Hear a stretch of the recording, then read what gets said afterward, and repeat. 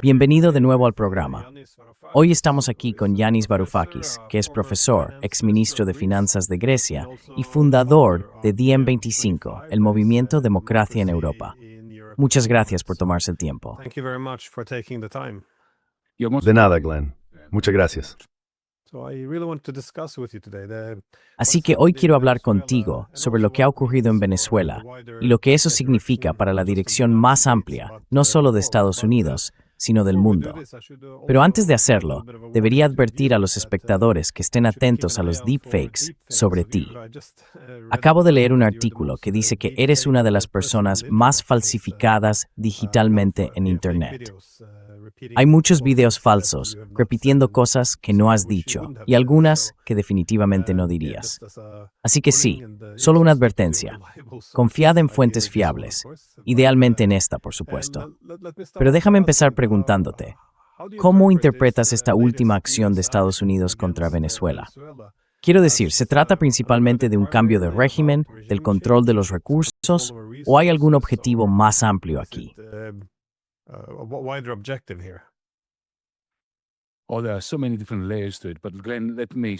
Hay tantas capas diferentes en esto.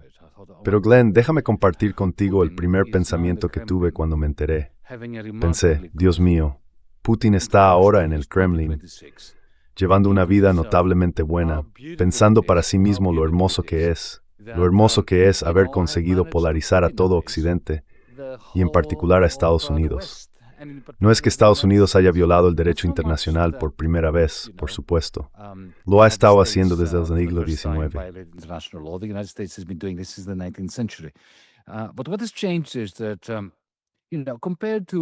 Pero lo que ha cambiado es que, ya sabes, en comparación con personas como Bill Clinton, que bombardeó Yugoslavia, violando el derecho internacional, y Bush, que invadió Irak, violando de manera similar el derecho internacional, los presidentes estadounidenses hasta ahora han sido muy cuidadosos en encontrar alguna justificación para hacerlo, en envolver sus violaciones del derecho internacional en una especie de envoltorio de respetabilidad, de respeto por la democracia. Putin simplemente dijo, quiero Ucrania, así que entró allí para tomarla. Y esto es exactamente lo que está haciendo Trump. Simplemente dice, lo quiero. Del mismo modo dice que quiere Groenlandia. ¿Por qué? Porque la quiere. Así que simplemente va a tomarla. Así que ya sabes, desde la perspectiva de Putin, esto es una especie de aplastamiento del derecho internacional al decir, no me importa, no existe tal cosa como el derecho internacional.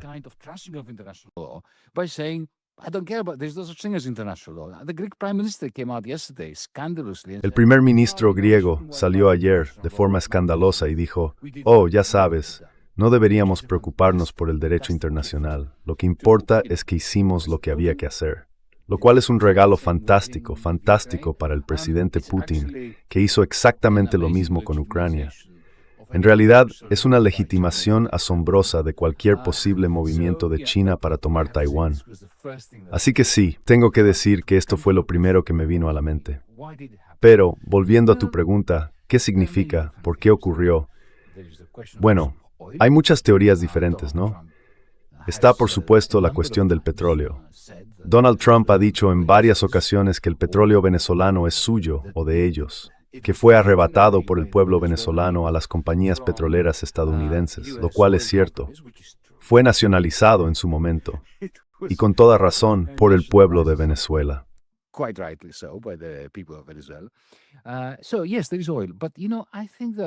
Así que sí hay petróleo.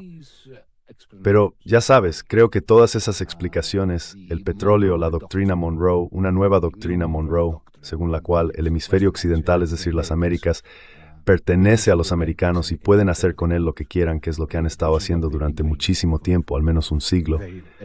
Todas esas explicaciones tienen validez. Son en parte ciertas. Pero creo que, si me pusieras una pistola en la cabeza y me pidieras que diera una sola razón, sería que esto forma parte de lo que Donald Trump entiende como su estrategia interna. Está haciendo esto.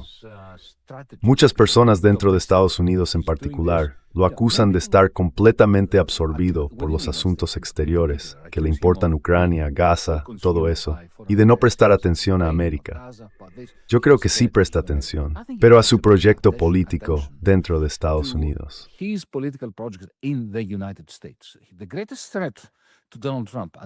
La mayor amenaza para Donald Trump en este momento es la escisión dentro del movimiento MAGA, su propia base política. Hay una división enorme ahí. Lo sabes, lo ves. Están los populistas, liderados por Steve Bannon y otros, que están horrorizados porque la clase trabajadora estadounidense está siendo perjudicada por su propia administración. Ellos llevaron a Trump al poder, y hace apenas unos días, millones de estadounidenses perdieron su cobertura sanitaria, el Obamacare, debido a las políticas de Donald Trump. Así que estos populistas dentro del movimiento MAGA están sorprendidos de que él los esté abandonando. Luego están los neoconservadores que aún permanecen en el Partido Republicano, que se han opuesto a Trump, pero siguen dentro del grupo.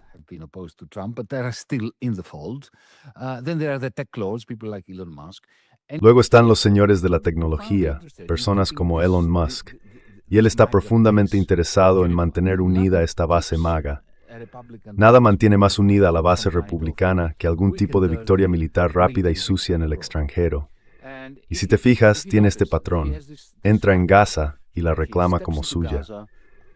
Es la primera vez que un territorio entero ha sido anexionado por una empresa creada por un presidente estadounidense. Y él mismo se ha nombrado presidente de esa empresa. Ni siquiera es que Gaza haya sido anexionada por Estados Unidos, ha sido anexionada por él personalmente. Así que entra allí, lo deja todo hecho un desastre. Quiero decir, ahora la gente está muriendo de hambre, desnutrición, falta de medicinas y refugio. El genocidio continúa en Gaza.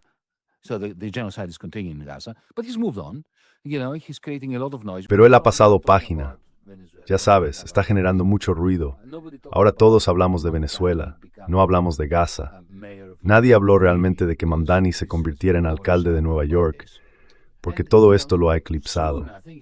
Y ya sabes, pronto creo que se moverá hacia Groenlandia. Es el siguiente objetivo fácil.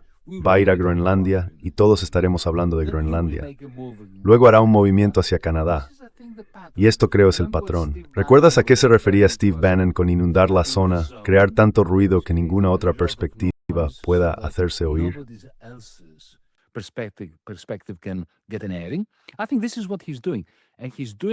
Creo que eso es lo que está haciendo, y lo está haciendo fuera de las fronteras de Estados Unidos, mostrando su fuerza, dando mucha más legitimidad a Putin y a China, lo cual no le importa en absoluto. Forma parte de su plan para cerrar acuerdos con ellos, incluso con la vicepresidenta de Venezuela. Parece que ahora va a llegar a un acuerdo, con el fin de seguir saturando el terreno y mantener su dominio, su control sobre Estados Unidos. Por cierto, para él, usar el ejército no tiene nada que ver con la política exterior. Intentó usarlo en Chicago, en Portland. Los siguientes serían Nueva Jersey o Nueva York.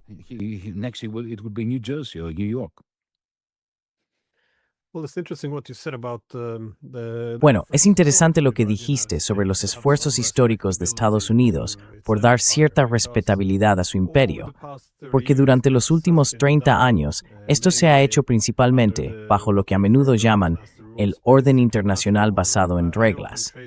Yo suelo remontarlo a Kosovo, porque entonces dijeron, bueno, no es legal, pero es legítimo. ¿Y por qué es legítimo? Pues porque apelaban a los valores de la democracia liberal para otorgar una excepción al derecho internacional, lo cual es evidentemente una prerrogativa exclusiva de Occidente bajo el liderazgo estadounidense. Pero por eso resulta un poco extraño. ¿Por qué Trump no adoptó este enfoque de legitimarlo? Porque los europeos intentaron ofrecerlo.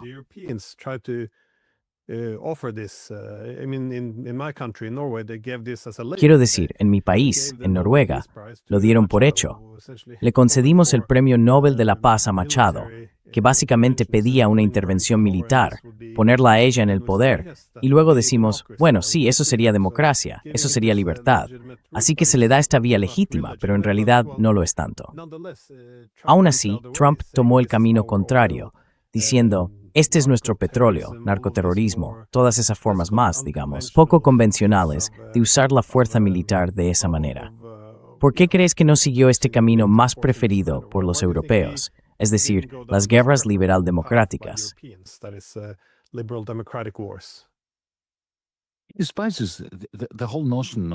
Desprecia toda la noción de democracia liberal. Pero la diferencia entre él y los llamados demócratas liberales es que él lo dice abiertamente. No se envuelve en la bandera de la democracia liberal. Mencionaste Kosovo, creo que es un ejemplo brillante. Cuando los europeos patalean y gritan que Putin nunca debe ser recompensado ni permitido salirse con la suya, cambiando las fronteras internacionales mediante bombardeos, mediante la guerra, ¿qué estaban haciendo ellos cuando bombardeaban Belgrado contra el derecho internacional, destruyendo el orden internacional basado en normas? La respuesta que daría Clinton sería libertad, democracia, altos valores humanistas.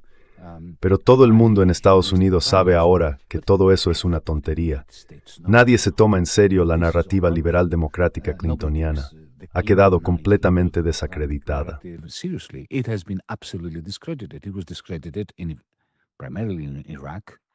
Fue desacreditado principalmente en Irak. Ya sabes, supuestamente entraron en Irak para llevar la democracia. Ahora, si pronuncias la palabra democracia en Irak, la gente se esconde debajo de la mesa porque piensa que van a bombardearlos.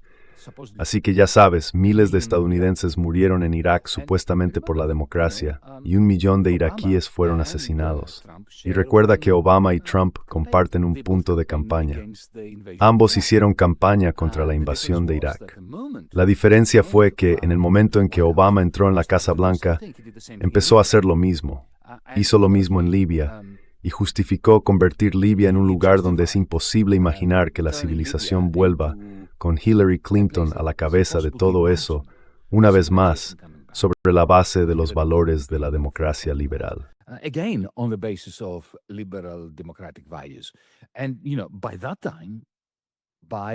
Y ya sabes, para entonces, cuando Libia se había convertido en un campo de matanza, con el pretexto de difundir la democracia por parte de Obama, quien supuestamente era el hombre que se oponía a que Bush hiciera lo mismo en Irak, todo ese proyecto de cambio de régimen y de llevar la democracia mediante el poder militar estadounidense estaba completamente desacreditado. Y fue Trump quien heredó el papel de luchar contra ello. Pero Trump viene del sector inmobiliario y ve todo como una operación inmobiliaria. Dice, de acuerdo, lo que dijo Obama, lo que dijo Bush, lo que hicieron los Clinton en Kosovo y demás, todo eso fue hipocresía. Socavó los intereses de Estados Unidos. Así que lo que voy a hacer es cortar con eso.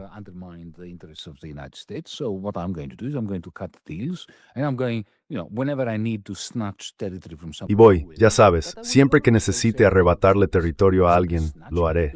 Pero seré honesto, diré que simplemente lo estoy arrebatando porque lo quiero. Eso es todo.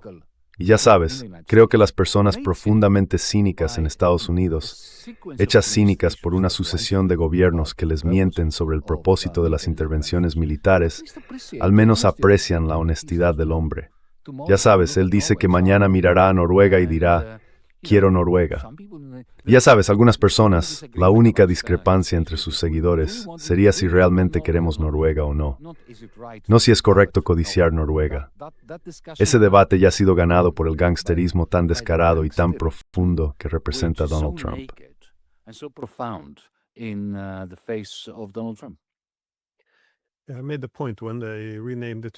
Hice notar que cuando lo renombraron como el Departamento de Guerra, en cierto modo aprecié la honestidad, porque la propaganda política siempre vende la guerra como si fuera paz, haciendo que lo horrible parezca virtuoso. Así que sí, valoro esa honestidad.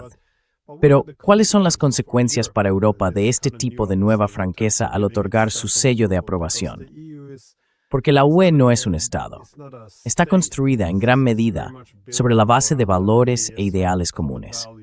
Si miramos los últimos años, por supuesto los europeos, como dijiste, se indignaron bastante cuando Rusia entró en Ucrania, Pero los rusos dijeron, la OTAN está creando un poder delegado en nuestra frontera, no podemos aceptarlo. Pero ahora, tenemos que seguir adelante.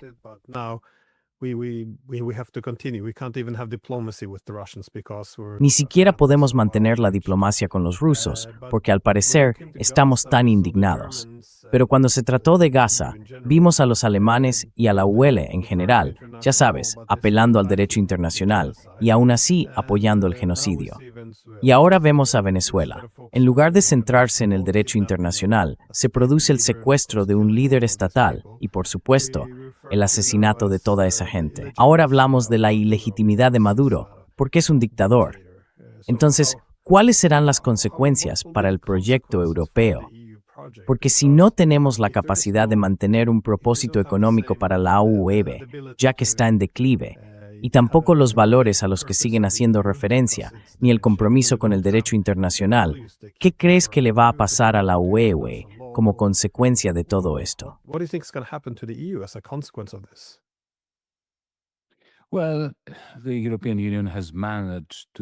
Bueno, la Unión Europea ha conseguido proyectar la imagen de una hipocresía, incompetencia e impotencia absolutas. Hipocresía, impotencia e incompetencia, la tríada destructiva de desastres que ha caído sobre la Unión Europea. ¿Recuerdas cómo empecé nuestra conversación? Mi primera respuesta a tu pregunta fue que lo primero que me vino a la mente cuando Trump agarró y secuestró a Maduro, simplemente porque le dio la gana, fue pensar que Putin, al ver su propia legitimación a través de ese acto, sintió que había logrado putinizar la Casa Blanca. ¿Y cuál fue la primera reacción de Ursula von der Leyen? Que estaba supervisando la situación. Ese fue el punto más alto de su argumento moral, que estaba supervisando la situación. Ni una palabra de condena ni de crítica.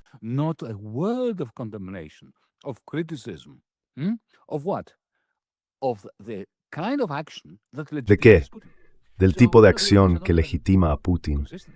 Así que ya sabes, los europeos ni siquiera son coherentes al seguir una política, una especie de filosofía, una línea, una narrativa, que reprenda los actos del hombre al que consideran la mayor amenaza para la Unión Europea, Putin. No entienden eso. ¿Qué es lo que no entienden en realidad? Quiero decir, Glenn, Donald Trump nunca ha perdido la oportunidad de decir que detesta a la Unión Europea, que la considera una amenaza y un enemigo de Estados Unidos que quiere verla desmembrada. Es decir, no lo oculta. Y sin embargo, ahí están. Llegan a la Casa Blanca y se sientan como niños delante de papá.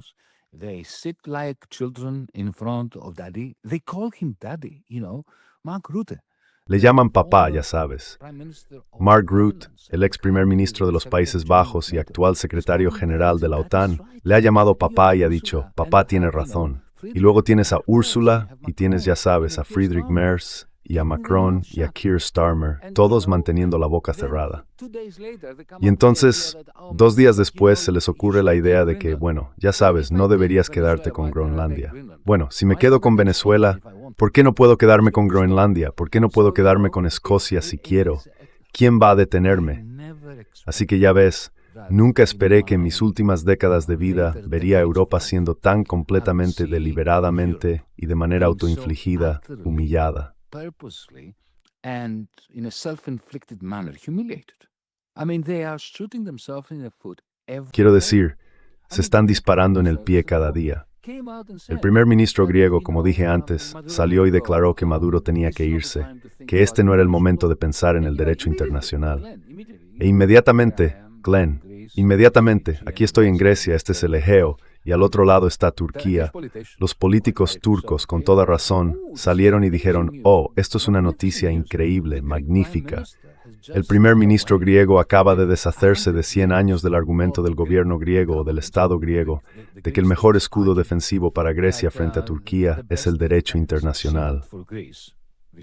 Errores no forzados, así los llaman en danés. Unforced errors, they call this in Danish.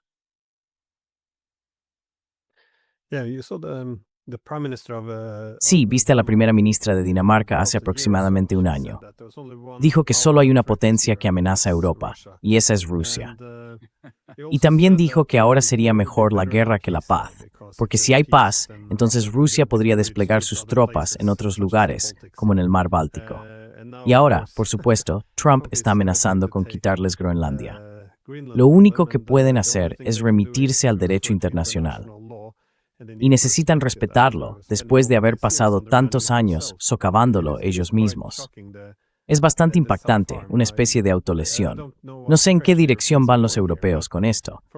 Pero desde una perspectiva político-económica, ¿cuál es la relevancia de lo que se está haciendo con Venezuela? Porque a menudo se señala que es un centro clave para que China obtenga recursos energéticos y coopere con el conjunto de América Latina. Entonces, ¿ves que esto también se dirija contra el pueblo chino? Not at all. Not at all. I think that En absoluto, en absoluto. Creo que la naturaleza transaccional de Donald Trump es quizá un pequeño rayo de esperanza en todo esto con respecto a China. Mira, Trump es un desastre para Europa, no hay duda de ello. Pero en el contexto global, creo que podemos encontrar cierto consuelo en el hecho de que no parece interesado en intensificar las tensiones con China. El presidente Xi, al igual que el presidente Putin, debe de estar muy contento. No porque Trump haya tomado el control de Venezuela, sino porque desde su perspectiva, eso refuerza realmente su argumento de que tienen todo el derecho a avanzar sobre Taiwán.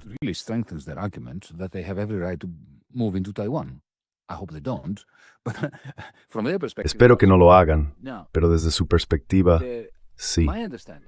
Ahora bien, mi comprensión es la siguiente. En lo que respecta a la energía, los chinos han puesto todos sus huevos en la cesta de las energías renovables. Me parece evidente, si se observan los datos, que en unos pocos años, quizá una década más o menos, habrán dejado atrás los combustibles fósiles.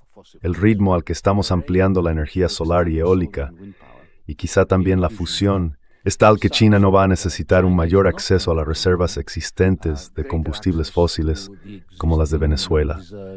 Trump está avanzando exacta en la dirección contraria, lo cual es un desastre para el planeta.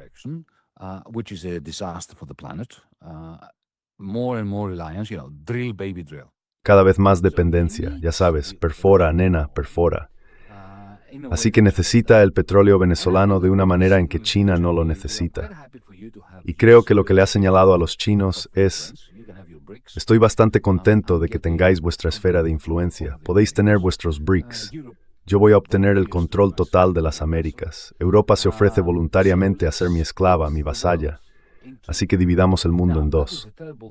Ahora bien, eso es algo terrible, porque no quiero vivir en un planeta donde haya dos zonas, la zona americana y la zona china.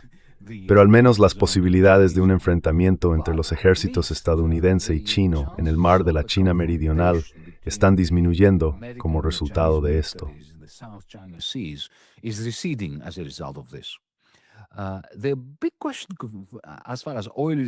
La gran cuestión en lo que respecta al petróleo, permítame plantear brevemente este punto, y es una cuestión política la que voy a plantear, es la siguiente.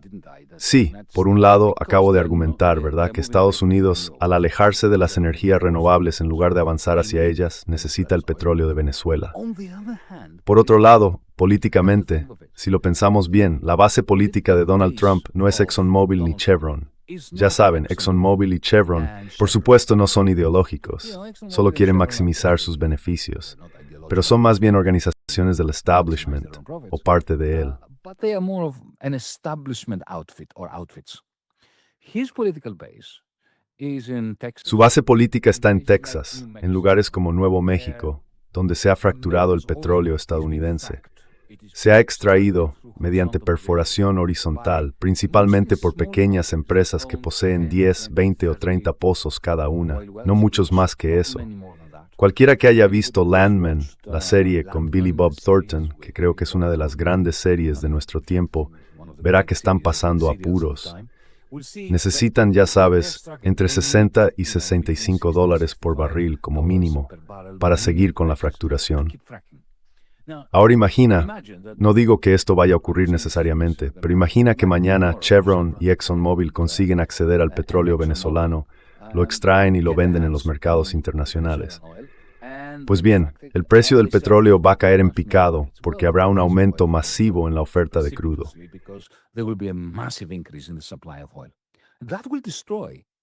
these smaller companies that are Eso destruirá a esas pequeñas empresas que son la columna vertebral de la producción nacional de petróleo en la cuenca pérmica y en otros lugares. Y esas personas son la base electoral de Donald Trump. No creo que él quiera hacerles eso. Por eso pienso, esta es mi teoría, que puedo estar equivocado, pero voy a compartirla contigo. Me interesa mucho saber cuál es tu opinión al respecto. Por eso creo que no ha tomado a Machado, la líder de la oposición que fue escandalosamente galardonada con un premio Nobel por el Comité Nobel. Escandalosamente, dado que pedía la invasión de su propio país y que se permitiera a Netanyahu completar el genocidio en Palestina. Qué llamamientos tan vergonzosos por su parte. Pero bueno, esa es mi opinión. No importa. But anyway, that's my view for it. Doesn't matter. Everybody expected that once Maduro is out and the United Todo el mundo esperaba que una vez que Maduro cayera y Estados Unidos entrara en escena, tomarían a Machado y la usarían como una marioneta. Pero él dijo, no, voy a hacer negocios con la vicepresidenta de Maduro, Delcy Rodríguez. Ahora bien, ¿por qué? Una razón podría ser que no quiere poner tropas sobre el terreno y repetir todo el desastre de Irak. Pero también creo que no quiere entregar a Chevron y ExxonMobil todas las reservas de Venezuela. Afirma que lo hará, pero en realidad no quiere, porque perdería la cuenca pérmica, perdería a su propia gente allí. Así que hay todo esto, ya sabes, así es como piensa. Y uno de mis grandes lamentos es que a los europeos les encanta despachar a Trump como un bufón que no sabe lo que hace. Es muy estratégico. ¿Sabes quiénes no son nada estratégicos? Los europeos. You know who's not strategic at all? The Europeans. Oh, it's a good point. I'm not sure how to Oh, make sense of ese es that. un buen punto. Sí, Again, no estoy seguro de cómo entender eso, porque de nuevo, parecía algo muy fácil. Habría sido muy sencillo de hacer, y además contaría con el apoyo de los europeos. Pero no estoy seguro de por qué no fue así.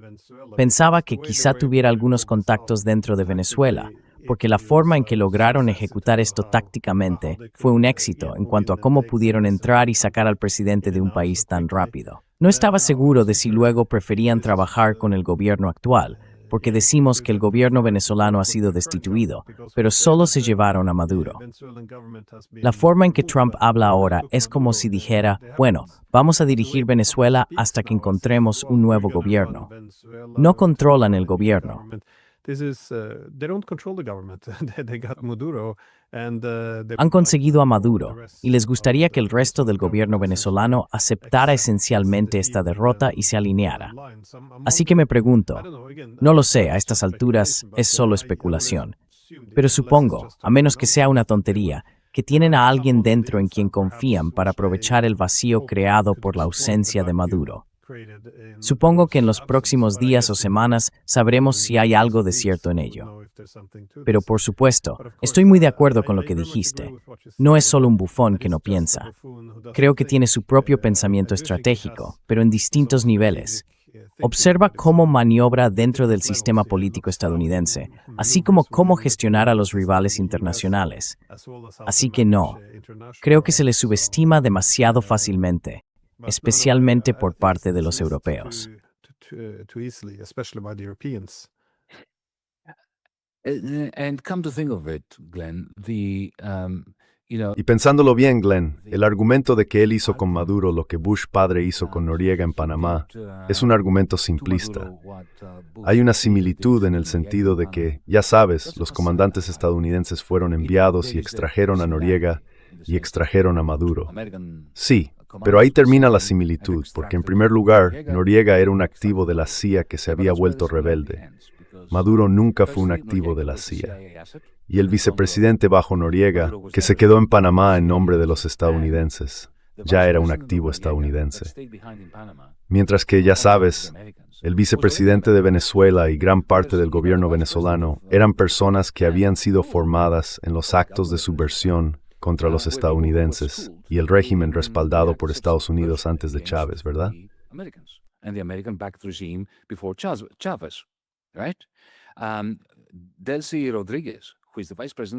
Delcy Rodríguez, que es la vicepresidenta, y está intentando encontrar algún tipo de entendimiento con Donald Trump en este momento.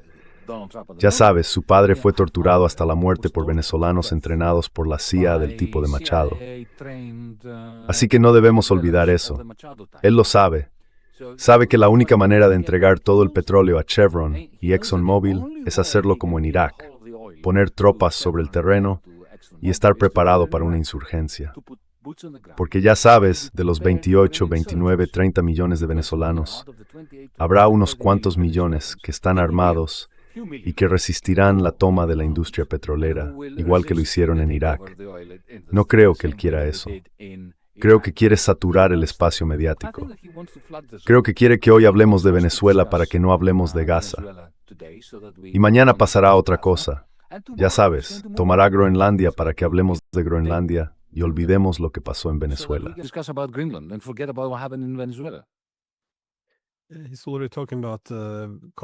Ya está hablando de que Colombia podría ser la siguiente, mientras que Marco Rubio tiene la vista más puesta en Cuba. Incluso podrían volver a apuntar al Canal de Panamá.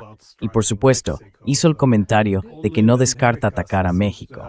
Solo en las Américas, parece tener una lista bastante larga de objetivos de cara al futuro, lo cual resulta un tanto irónico, dado que fue elegido con un mandato de paz. Pero, por supuesto, ya hemos visto este tipo de cosas antes. Permíteme hacerte una última pregunta. Sin embargo, ¿cómo crees que todo esto afectará a la economía global en su conjunto? Porque parece que todo el orden económico posterior a 1945 está más o menos llegando a su fin.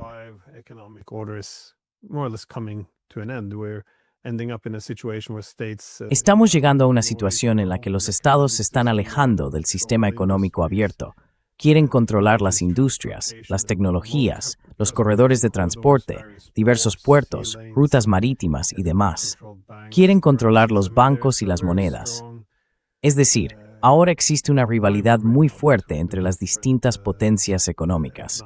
¿Ves esta toma de control de Venezuela, o al menos el intento de hacerlo, de los recursos naturales de Venezuela, bajo la misma perspectiva? Porque otros países tendrían que responder de manera similar, es decir, proteger sus recursos en todo el mundo. De nuevo, esto podría desencadenar desarrollos muy peligrosos.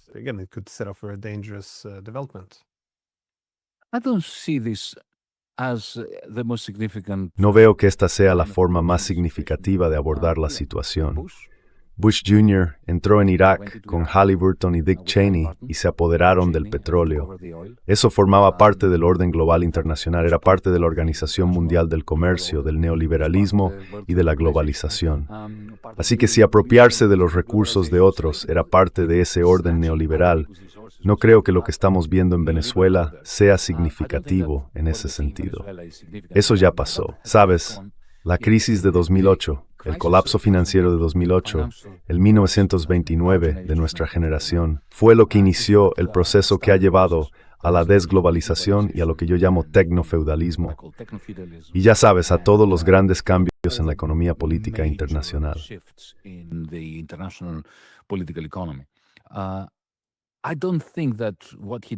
No creo que lo que hizo en Venezuela pueda considerarse significativo desde esa perspectiva.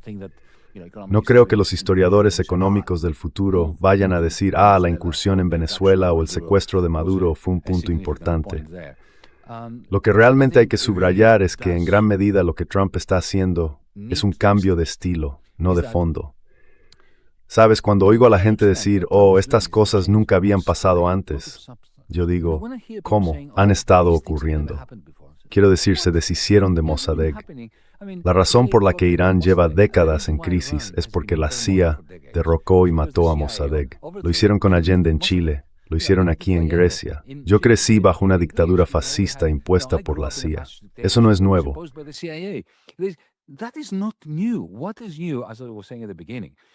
Lo nuevo, como decía al principio, es que ahora está desnudo. Ni siquiera hay un intento de disfrazarlo con ropajes de democracia liberal. Quiero decir, tampoco hubo un intento de hacerlo cuando mi país fue tomado por fascistas que estaban en la nómina de la CIA. Así que ya sabes, este orden neoliberal, la globalización, ¿cómo se estableció exactamente? Fue el resultado de que, ya sabes, los grandes y los buenos del occidente liberal se reunieran y dijeran, ¿establezcamos un orden internacional? No. Fue Richard Nixon, el 15 de agosto de 1971, quien hizo estallar el sistema de Bretton Woods de la posguerra. Lo destruyó por completo.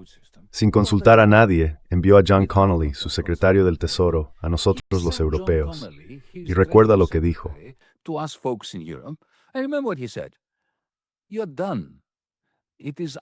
Se acabó. Es nuestra moneda y va a ser vuestro problema. Se refería al dólar. Y los trató como alimañas. Así los trató. Eso fue lo que hizo Richard Nixon. En esencia, impuso un sistema notablemente irracional, pero durante muchas décadas estable. ¿Por qué hizo estallar Estados Unidos el sistema de Bretton Woods? Porque ya no tenía un superávit que reciclar.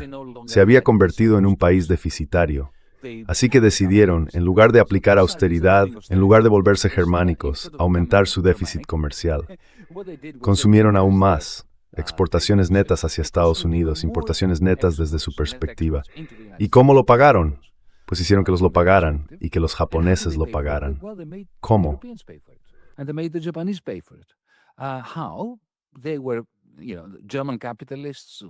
Eran, ya sabes, capitalistas alemanes, Mercedes, BASF y demás, que fueron pagados con pagarés llamados dólares estadounidenses que simplemente se imprimían. Y luego de manera similar con los japoneses y más tarde con los chinos. Esos capitalistas, los alemanes, japoneses y después los chinos, ¿qué podían hacer con los dólares que recibían del déficit comercial estadounidense? Los enviaban de vuelta a Nueva York, a Wall Street, para invertir en deuda estadounidense, financiando efectivamente al gobierno de Estados Unidos. Compraron bienes inmuebles y también algunas acciones. Y todo eso fue el resultado de una maniobra muy descarada, horrible, totalmente grosera y tosca del presidente Nixon. Quiero decir, en realidad, Trump está haciendo todo lo que hacían sus predecesores, pero no lo envuelve en esas narrativas liberal-democráticas. Creo que es importante subrayar eso. La sensación de continuidad más que de discontinuidad.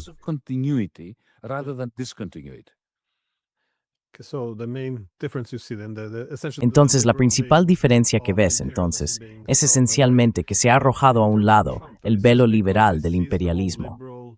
Pero en cuanto a Trump, es esto porque considera que la democracia liberal y el globalismo son distracciones de los intereses duros de Estados Unidos, algo que debilita al país. Porque a menudo habla del declive de Estados Unidos como resultado de líderes débiles. Y aquí es donde entra él. Es el líder fuerte que, mediante sus acciones enérgicas, hará que América vuelva a ser fuerte. ¿Es esto lo que está transformando aquel antiguo imperialismo liberal en estos nuevos y descarados esfuerzos coloniales? Digo coloniales, porque el objetivo era, por ejemplo, que Tony Blair administrara Gaza. Ahora van a hacer que Pete Hegseth administre Venezuela. Esto es colonialismo. Realmente, no creo que haya otra palabra mejor para describirlo.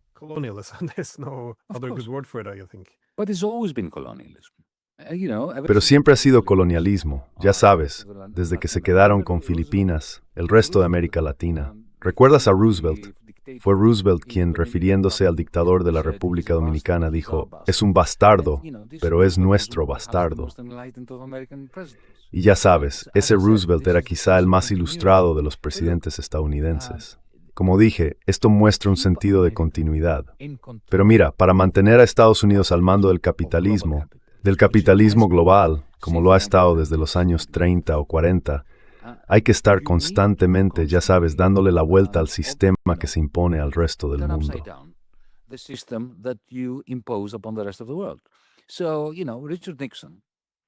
Así que ya sabes, Richard Nixon destruyó un diseño estadounidense. El sistema de Bretton Woods fue un diseño estadounidense extraordinario, piénsalo. De hecho, teníamos la zona del dólar. Europa formaba parte de la zona del dólar, Japón formaba parte de la zona del dólar. Eso es lo que hacen los tipos de cambio fijos.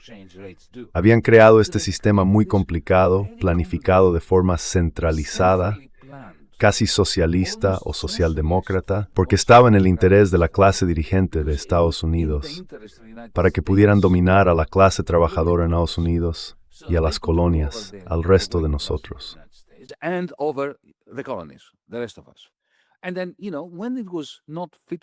Y luego ya sabes, cuando dejó de ser adecuado para su propósito, porque perdieron sus superávits, ¿verdad?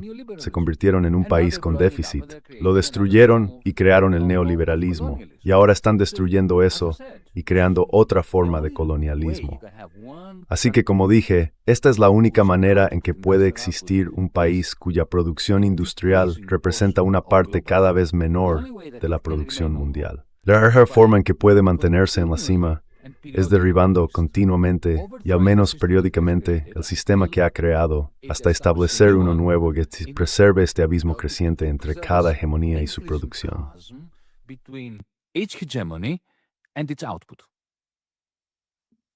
Yeah, just thinking the two things that really defining our Sí, estaba pensando que las dos cosas que realmente definen nuestra era actual, en términos de la geoeconomía global, son el ascenso de China y una crisis económica inminente en Estados Unidos.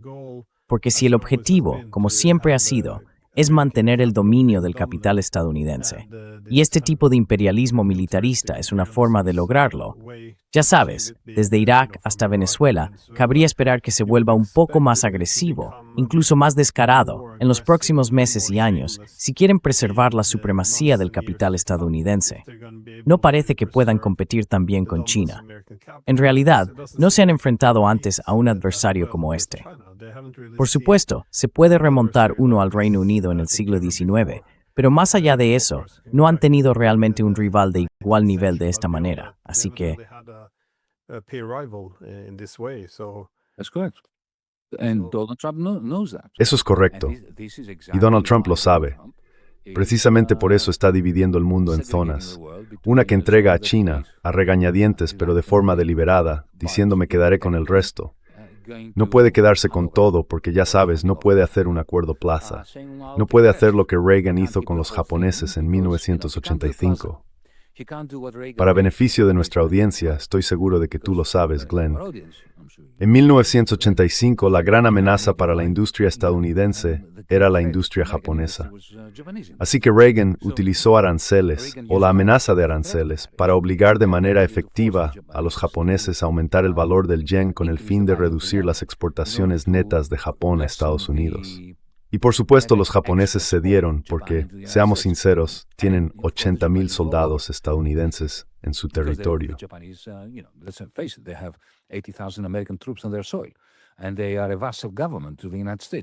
Y son un gobierno vasallo de Estados Unidos. No es el caso de China. Ya sabes, Mao Zedong impidió que eso le ocurriera a China. Evitó que China se convirtiera en el espacio vital, el Lebensraum de Japón y de Estados Unidos. Se desarrollaron. Y ahora ya sabes, Trump es un hombre de negocios, está buscando un acomodo, está buscando un entendimiento con China. En el momento en que los amenazó con grandes aranceles, como Reagan había amenazado a los japoneses, el presidente Xi respondió diciendo, no más tierras raras de nuestra parte. Inmediatamente Donald Trump se echó atrás y el resultado es este acuerdo. Será muy interesante en abril porque tendrán una reunión para prorrogar ese acuerdo. ¿Qué ocurrirá entonces? Sospecho que encontrarán otro acomodo.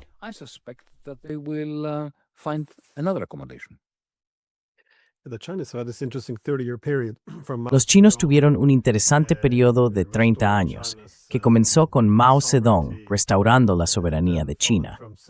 Luego, a partir de 1979, hubo otra fase de 30 años de lo que ellos llamaron un ascenso pacífico, centrado en el desarrollo interno. El siguiente periodo de 30 años comenzó alrededor de 2009, tras la crisis financiera global, cuando los chinos se dieron cuenta de que estaban volviéndose demasiado grandes para el orden económico liderado por Estados Unidos y empezaron a crear instituciones alternativas y así sucesivamente. Solo estoy pensando, cuando Estados Unidos dice, necesitamos Groenlandia, creo que ahí hay un punto importante. Realmente necesitan Groenlandia si quieren restaurar su posición dominante. No es que lo apruebe, pero cuando los europeos responden invocando nuestros valores comunes y el derecho internacional, no creo que comprendan del todo los cambios en el sistema internacional, ni cómo Estados Unidos ha decidido adaptarse a ellos. Pero sí, no lo sé. Supongo que resulta frustrante observar la política europea hoy en día.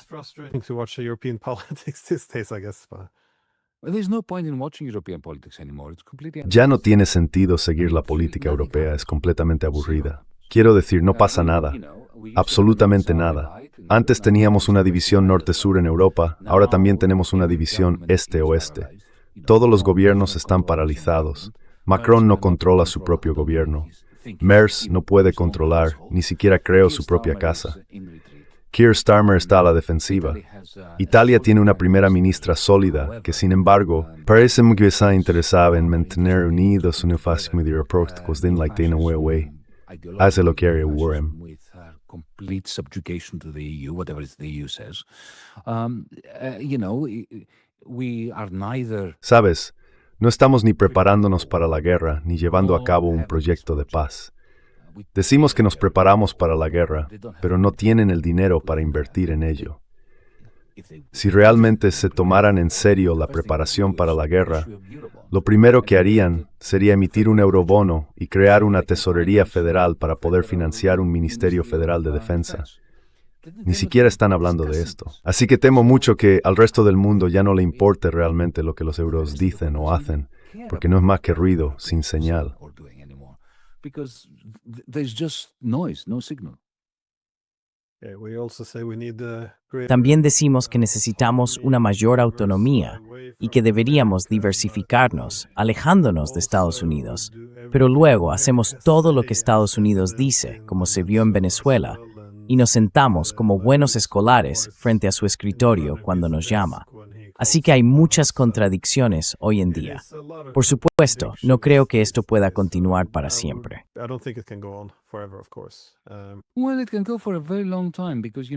Bueno, esto puede prolongarse durante mucho tiempo porque, ya sabes, Europa es muy rica, Glenn. Seguimos siendo muy, muy ricos. Es un continente muy rico. En otras palabras, tenemos mucha riqueza que desperdiciar. Sabes, llevamos decayendo desde hace mucho tiempo. Como dijo Keynes una vez, el mercado puede permanecer irracional mucho más tiempo del que tú puedes mantenerte solvente. Del mismo modo, es muchísimo tiempo.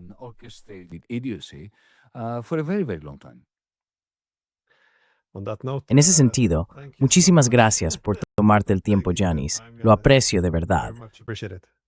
Siempre es un placer hablar contigo, Glenn.